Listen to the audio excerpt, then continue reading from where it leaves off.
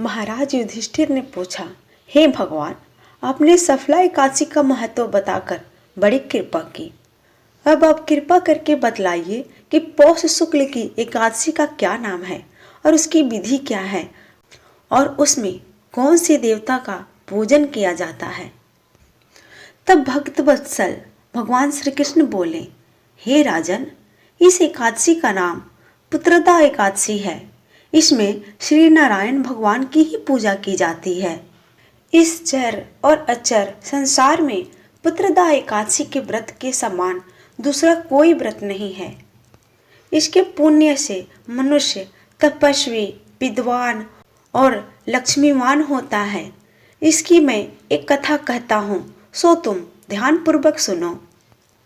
भद्रावती नामक नगरी में सुकेतुमान नामक एक राजा राज्य करता था। उसके कोई पुत्र नहीं था। उसकी स्त्री का नाम शैव्या था। उनके कोई पुत्र न होने के कारण वो सदैव चिंतित रहा करती थी।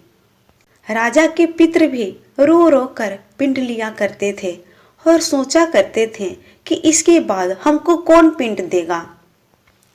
राजा को भाई, बांधव, धन, हाथी, घोड़े, राज्य और मंत्री, इन सब में से किसी से भी संतोष नहीं होता था।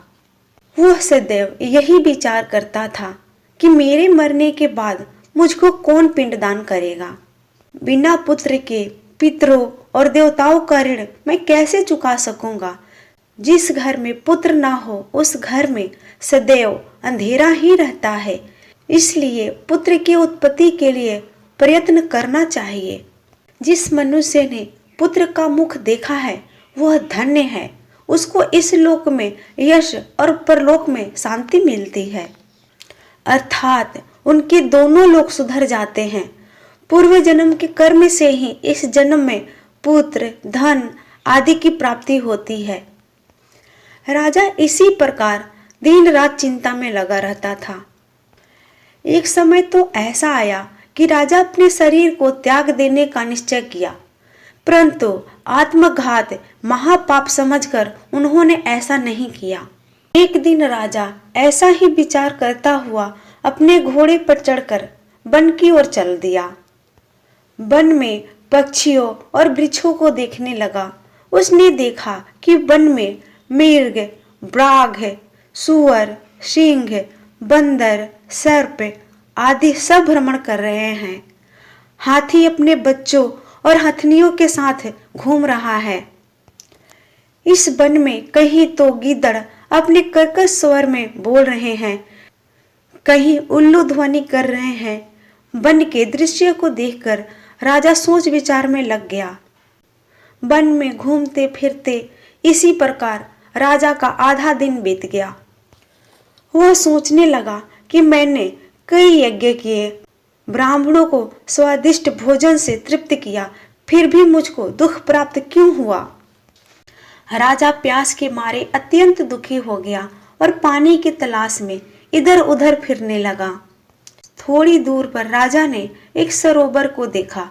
उस सरोवर में कमल खिले थे तथा सारस, हंस, मगरमच्छ आदि विहार कर रहे थे। उस सरोवर के चारों तरफ मुनियों का आश्रम बने हुए थे। उसी समय राजा के दाहिना अंग फड़फड़ाने लगा। राजा शुभ शगुन समझकर घोड़े से उतरकर मुनियों को दंडवत प्रणाम करके बैठ गया। राजा को देखकर मुनियों ने कहा, हे राजन, हम तुमसे अत्यंत प्रसन्न हैं। तुम्हारी क्या इच्छा है सो कहो। राजा ने पूछा, महाराज आप कौन हैं और किस लिए यहाँ आए हैं, कृपया करके बताइए। मुनि कहने लगे, हे राजन, आज संतान देने वाले पुत्रदा एकादशी है। हम लोग विश्वदेव हैं और इस सरोवर में स्नान करने के लिए आए हैं। यह सुनकर राजा कहने लगा कि महाराज, मेरा अभी कोई संतान नहीं है। यदि आप मुझ पर प्रसन्न हैं तो एक पुत्र का वरदान दीजिए। मुनि बोले, हे राजन, आज पुत्रदा एकादशी है। आप अवश्य ही इस व्रत को करें। भगवान की कृपा से अवश्य ही आपके घर में पुत्र होगा। मुनि के वचनों को सुनकर राजा ने उसी दिन एकादशी का व्रत किया और द्वादशी के दिन उसका पारण किया। इसके पश्चात मुनि को प्रणाम करके महल में वापस आ गया।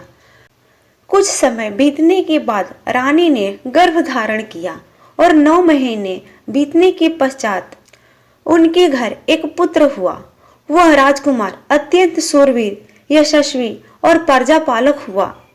श्री कृष्ण बोले, हे राजन, पुत्र की प्राप्ति के लिए पुत्रदा एकादशी का व्रत करना चाहिए। जो मनुष्य इस व्रत को करता है और इस कथा को पढ़ता है या सुनता है, उसे पुत्र की प्राप्ति तो होती ही है, अंत में स्वर्ग भी प्राप्त होता है।